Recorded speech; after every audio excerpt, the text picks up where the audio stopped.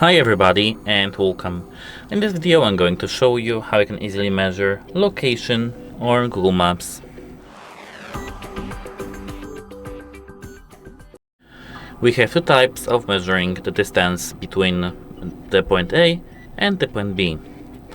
The first method is just entering here the preferred location, for example Warsaw, directions, and here we have from, for example, home. Here, as you can see, we have some distance, 296 kilometers, 2 hours 54 minutes. This is the first way and the most precise way.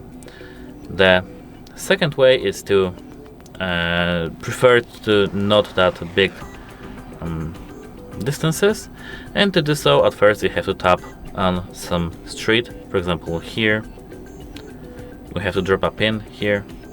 My phone is a bit laggy, so it won't work that good, but here, as you can see, we have now our pin, and we have to scroll down till we see, not here, we have to have nothing marked, no place marked, for example here. And here, as you can see, we have measure distance, and now we can measure distance using the points. For example, I want to measure something like this. We have to add point, here, add point, here, add point, and now we are going to go back, and this is the distance of 1.5, almost 5 miles. That's it, hope it helps you, and goodbye.